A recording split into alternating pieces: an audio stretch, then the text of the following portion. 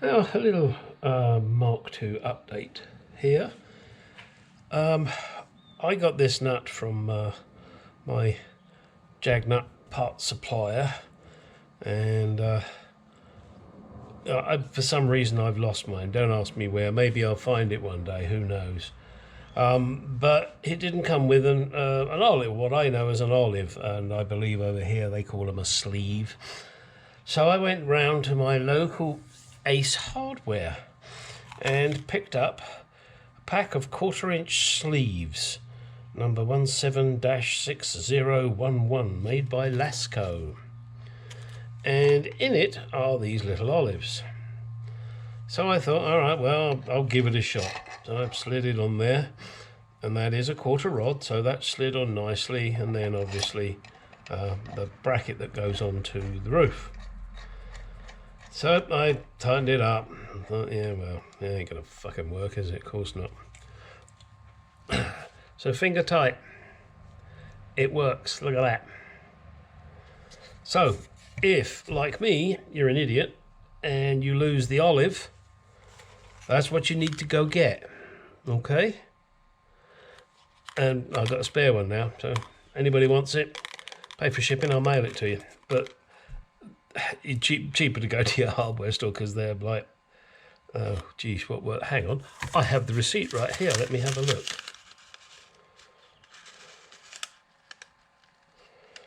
Fasteners, compression, $1.79, well, obviously tax on top of that. Okay, so that's that little beastie. The next one was this bottle that I'm still working on it, as you can see. I soaked it in bleach overnight. Well, a mixture of bleach and water.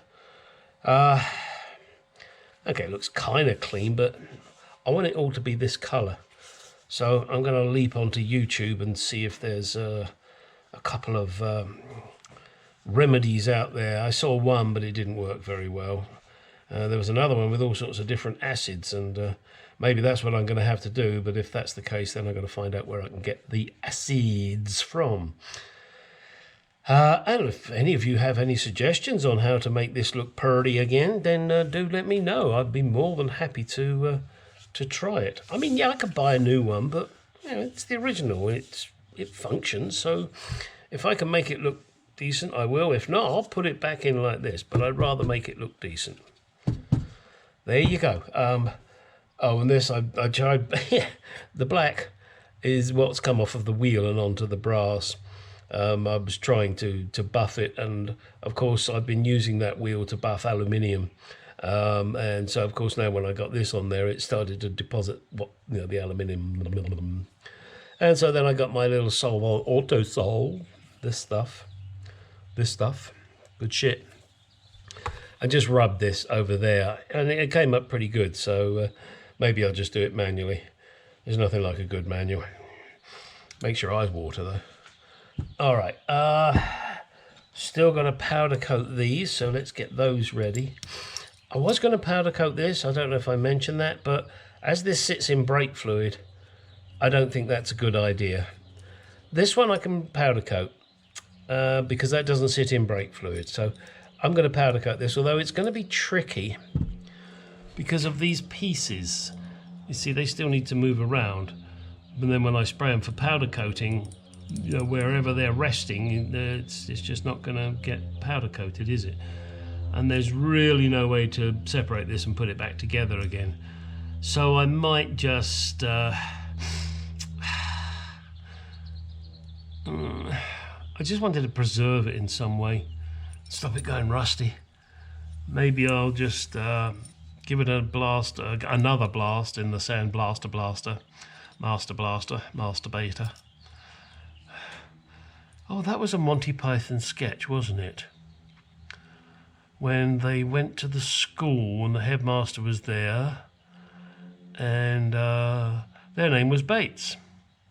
And I think it was John Cleese introduced them. This is my wife, Mrs. Bates. I'm Mr. Bates, and this is our son, Master Bates. And the guy said, oh, don't worry, we'll cure him of that. Oh dear, Master Bates. Come on, pay attention.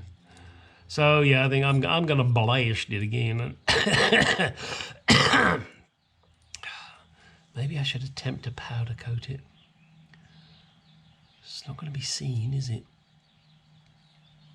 Because it's going to be hidden. I'll have to give that some more thought. But that definitely no powder coat for you. No powder coat for you. No soup for you. But they have definitely got to be done. I have just been down to my local hardware store to try and get some screws. Somebody to put a self-tapping screw in, and really it should be something like this in here. But I've got to tap that out to the correct thread. This is not the correct thread for it, and I couldn't. Well, obviously it's been buggered in there by putting a self-tapper in, so I might have to go back and buy myself a little tippy tap. Oh dear, what a shame. And what else do we have? Anything else to report on? Oh, just this piece here. Again, needed screws. This was the original screw. I couldn't find it. I think they call that a cheese head. So I found these, but I don't know if they're going to work. Thread's slightly different, but no, that's going in, so that's okay. Maybe I'll have to put a bit of thread locker on it just to make sure. And all it does is it holds in the... hey, you can get off of there. It just holds in the little indicator here for when you put it in overdrive on my vehicle. Although I know on the automatics this is where it says park, you know, neutral, etc., etc., etc. Right, I think that's going to be it. Oh, I didn't show this, but I will. I mean, I think I showed it as broken, but what I didn't show you was that's the cork that's inside. That baby is saturated. So, I hate doing that. What I'm going to do is I'm going to get my, I've got to find a bottle of wine with a plastic cork in it. And the reason I say plastic is because it won't then absorb the brake fluid. However, I really don't have a use for this, purely because the cap that was there is gone.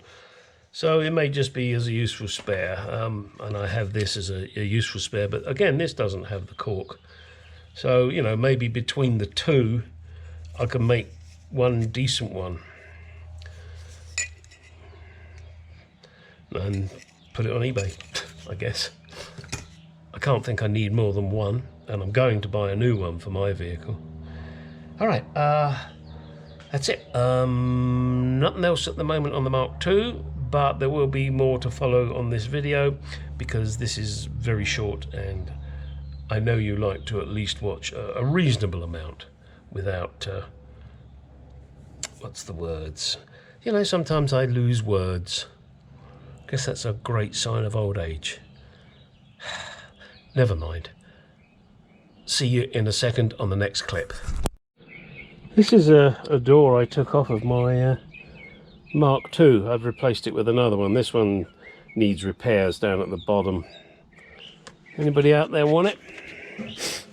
Seems a shame just to let it rot away. I don't know what it'll cost to ship it, but you can have it for free. It will need a repair. There's a piece missing down there that needs to be replaced. So, hey, if you want it, you can have it. Just let me know. Send me an email at gstargarage@gmail.com. I'll tell you what the shipping will be, and if you want it, then we'll wrap it up and ship it to you. It's free, apart from the postage, and that probably won't be cheap. Okay, let's go look at the next Mark II piece. All right, here you will see these pieces painted bright silver. I'm going to give them more than one coat. At the moment they've just had one coat. Not looking terrible.